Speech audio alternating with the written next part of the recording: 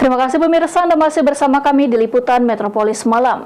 Komisi Pemilihan Umum Kabupaten Oku Selatan segera merekrut 1.197 pantarli yang bertujuan mendata dan mencocokkan data pemilih pilkada mendatang.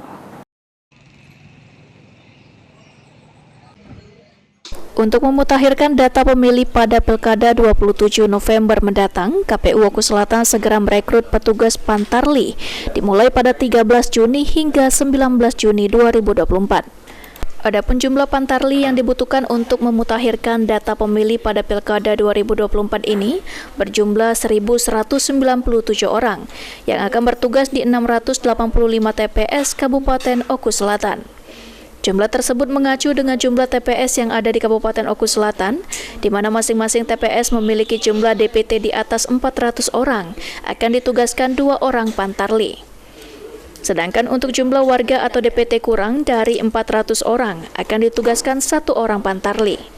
Dan kemudian, untuk rekrut ngapa kita dapat angka 1.197 itu, jadi peraturan sekarang ada surat dinas dari KPU bahwasanya satu pantarli 401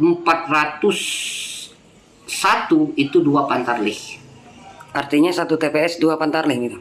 Bisa jadi ya, satu TPS 2 pantarli kalau di TPS itu pemilihnya di atas 400.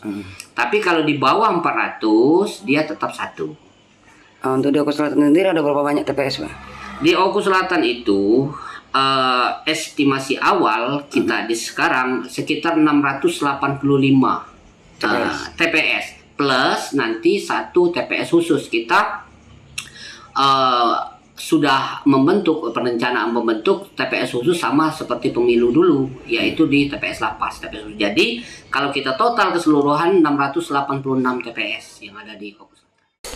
Jumlah ini juga belum bisa dipastikan dan dapat berubah tergantung jumlah TPS dan DPT pada Pilkada 27 November mendatang. Sri Fitria, Napal TV.